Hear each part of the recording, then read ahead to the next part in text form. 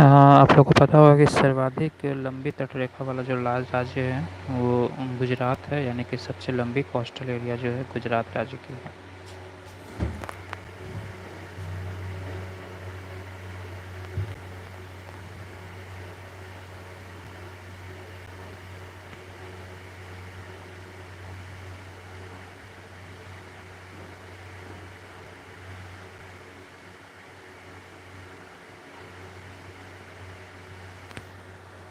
और सर्वाधिक छोटी तटरेखा जो है पुडुचेरी का है, जो कि राज्यों में जो गोवा राज्य है।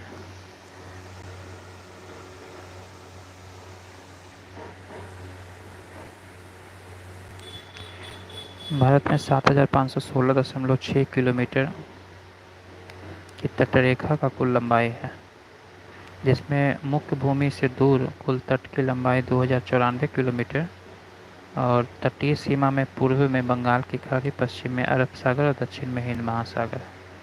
9 राज्य और 4 केंद्र शासित प्रदेश हैं, जिसमें गुजरात, महाराष्ट्र, गोवा ये सब तटीय राज्य हैं। कर्नाटक, केरल, तमिलनाडु, आंध्र प्रदेश, उड़ीसा और पश्चिम बंगाल। टोटल 9 राज्य और 4 केंद्र शासित प्रदेश में गुजरात, महाराष्ट्र, गोवा, कर्नाटक, केरल, तमिलनाडु, आंध्र प्रदेश, उड़ीसा, पश्चिम बंगाल और 4 केंद्र शासित प्रदेश में दादर नगर हवेली एवं दमन दीव, लक्षद्वीप, पुडुचेरी और अंडमान निकोबार द्वीप समूह।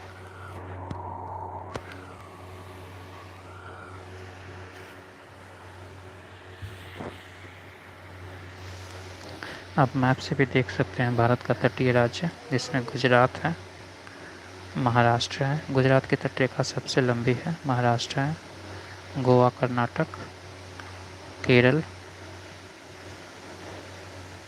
आंध्र प्रदेश, उड़ीसा, पश्चिम बंगाल, तमिलनाडु।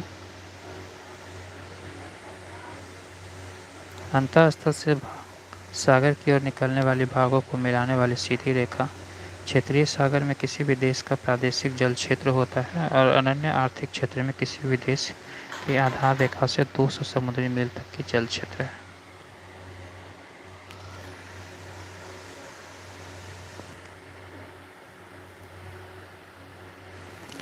आगे हम कुछ विविध के प्रश्न को देखते हैं कि भारत की सीमा शुल्क एवं वसूली और वित्तीय अधिकार प्राप्त क्षेत्र है सीमापस्थ समीपस्थ मंडल में, जो आधार रेखा से 24 समुद्री मील तक है, और क्षेत्रीय सागर की दूरी आधार रेखा से सागर की ओर मापी जाती है 12 समुद्री मील तक। प्राचीन भारतीय इतिहास में हिंद महासागर का सूचक नाम रत्नाकर है और तटीय अपर्दन में सर्वाधिक महत्वपूर्ण भूमिका होती है लहरों की।